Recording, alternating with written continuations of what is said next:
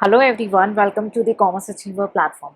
आज के इस सेशन से हम एक इम्पॉर्टेंट पॉइंट को डिस्कस करेंगे, एक इम्पॉर्टेंट बात डिस्कस करेंगे कि हमें आईआर को कैसे पढ़ना है, क्या स्ट्रैटेजी आपको ऑप्ट करनी चाहिए आईआर के पेपर को प्रिपेयर करने के लिए। ठीक है, so with this session we are going to cover how to study IR.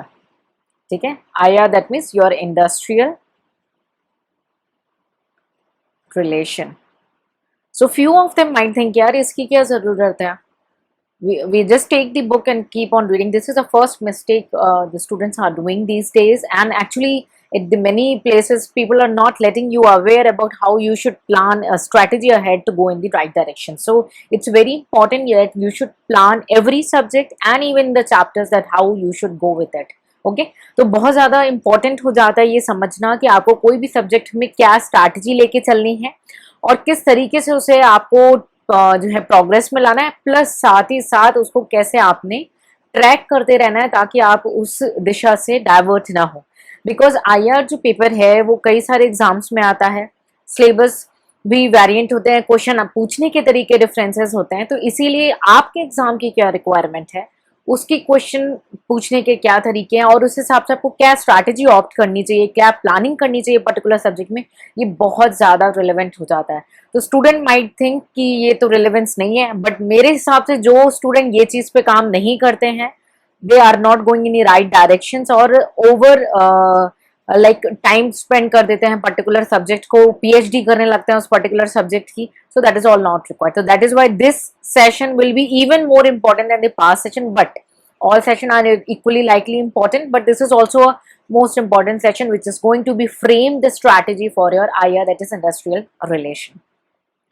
तो आपने जब आप इंडस्ट्रियल रिलेशन के लिए प्लानिंग कर रहे होगे तो आई बिलीव कि आपने सिलेबस क्या है उसको अंडरस्टैंड कर लिया होगा आपके एग्जाम के रिक्वायरमेंट के हिसाब से। उस पर एक सेपरेट सेशन ऑलरेडी कवर्ड है, so please go through it and just understand. Next is previous year paper का पैटर्न। ठीक है, बहुत सारे स्टूडेंट सिर्फ सजेस्टेड आंसर्स की ओर वॉक करते हैं क्योंकि बीकॉम के बाद आपको एलिजिबल हो जाते हो आप यूपीएससी के लिए, तो आप सोचते हो कि बीकॉम ही है ये, बट ये बीकॉम नहीं है। सिलेबस आपका सिमेट्री आ जाता है, but what you need to be a very strategic. तो पैटर्न को समझना पहले बहुत जरूरी है कि भाई किस तरीके से पहले क्वेश्चन आता है, टाइप ऑफ क्वेश्चंस।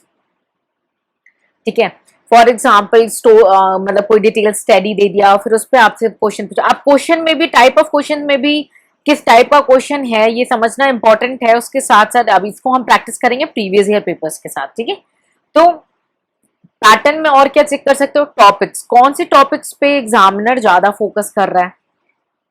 ठीक है, जो ब्रॉड टॉपिक्स है प्लस किस पैटर्न के क्वेश्चंस आ रहे हैं और कौन सी ऐसी चीज है जहां आपको डिवाइड करना है न्यूज के स्टैटिक पोर्शन में या क्रिएटिविटी के बीच में। ठीक है, ये आपको प्लान करना है कि क्या वेटेज है। अब उसके बाद इस बेसिस पर आप डिसाइड करोगे क्या वो क्वेश्चन जब आ रहा है, सपोज न्यूज का है या आपका क्रिएटिविटी का है या स्टैटिक पोर्शन है, तो उसमें कितना पोर्शन आपका जो है वो कंपल्सरी क्वेश्चन का पार्ट है और कितना आपका ऑप्शनल है, यानी अगर आप ना भी करो उसके जगह पे आप दूसरे क्वेश्चन को अटेम्प्ट कर लो तो you can easily choose that.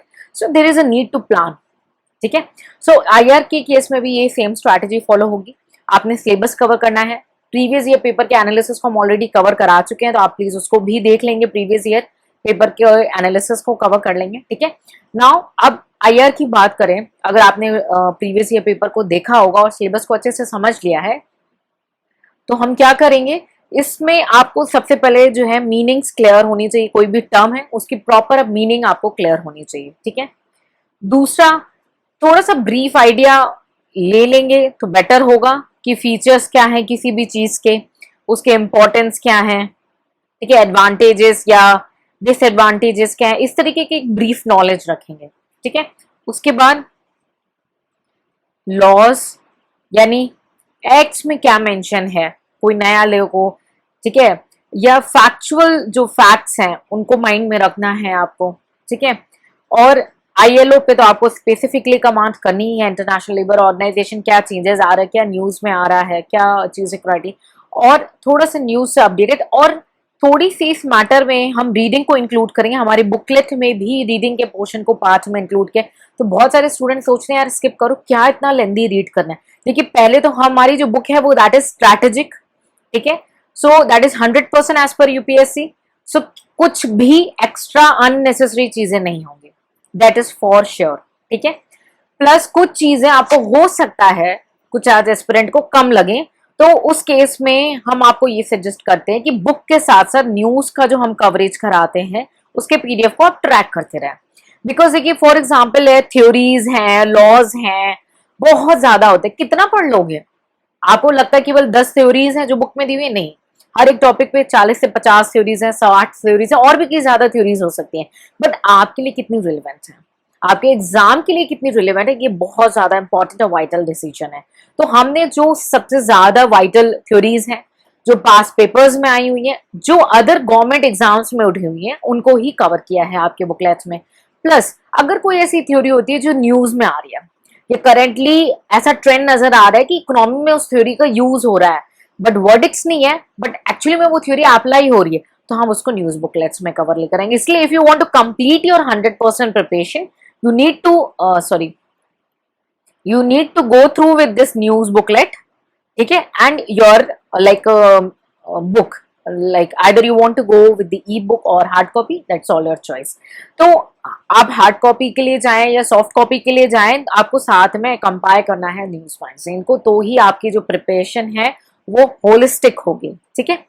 तो अब हम आईआर पे फिर से स्विच करते हैं कि हमने स्ट्रैटेजी क्या बनानी। कोई भी टॉपिक लेना है सिलेबस वाइज, अगर हम चल रहे ट्रेड यूनियन है कुछ भी है, तो हमें टॉपिक वाइज चलना है, ठीक है। प्लस उस टॉपिक की बेसिक अंडरस्टैंडिंग हमें हमेशा से मेंटेन रखनी है।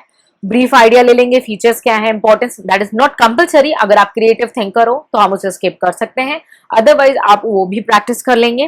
Plus facts, laws, regulations, constitution ने कुछ बोला है तो वो सारी बातें आपके जो है इसका पार्ट बनेगी। लेकिन सबसे इंपॉर्टेंट बात आपको जो क्लियर करनी है, सबसे इंपॉर्टेंट, कि अगर मानिए आपके पास टाइम फ्रेम कम है, आप नहीं प्रिपेयर कर पा रहे हो, या you are under pressure, revision नहीं, तो एक तो मीनिंग्स, टर्म्स आपके सारे क्लियर होने चाहिए at any cost and every cost.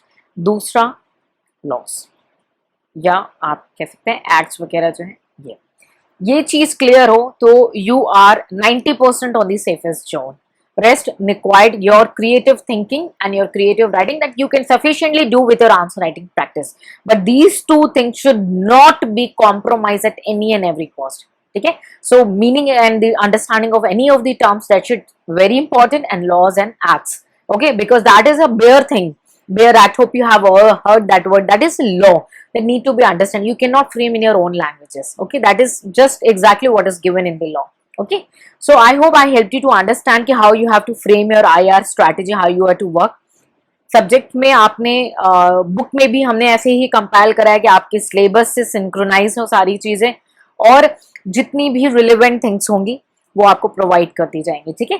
So I hope I help you to understand. Still if you think any of your queries, any of your doubt still left over with industrial relation IR learning, so please do ask in the comment section and let the team help you holistically।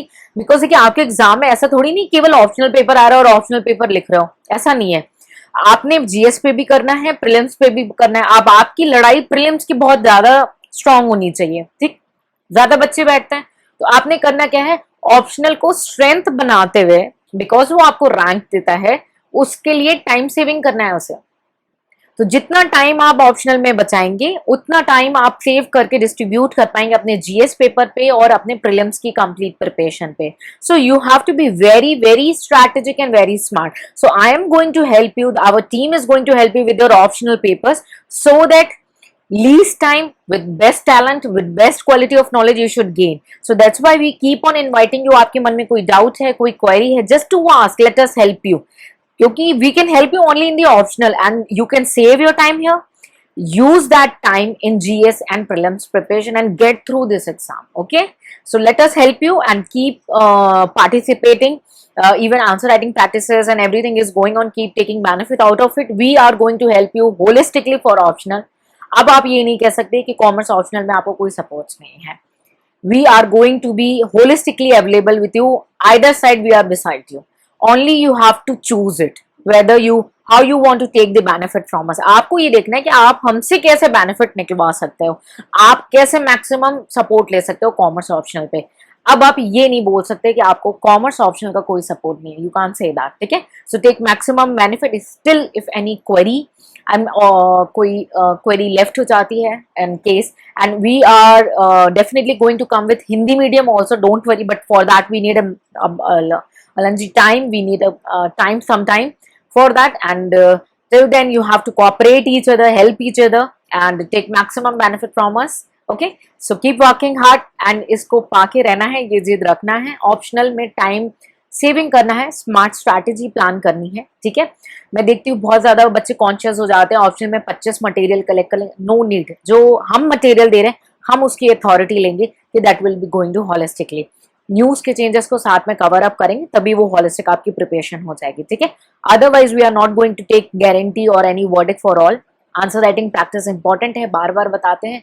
अगर कोई query रह जाती है ना, please optional के लिए समय मत बर्बाद करना, हमें टाइम स्पेंड करने दो, आप अपनी सिर्फ क्वेरी शूट करो and let us help you. Okay, so keep working hard, see you the more knowledge on UPSC commerce and accountancy optional. Till then take care, bye bye.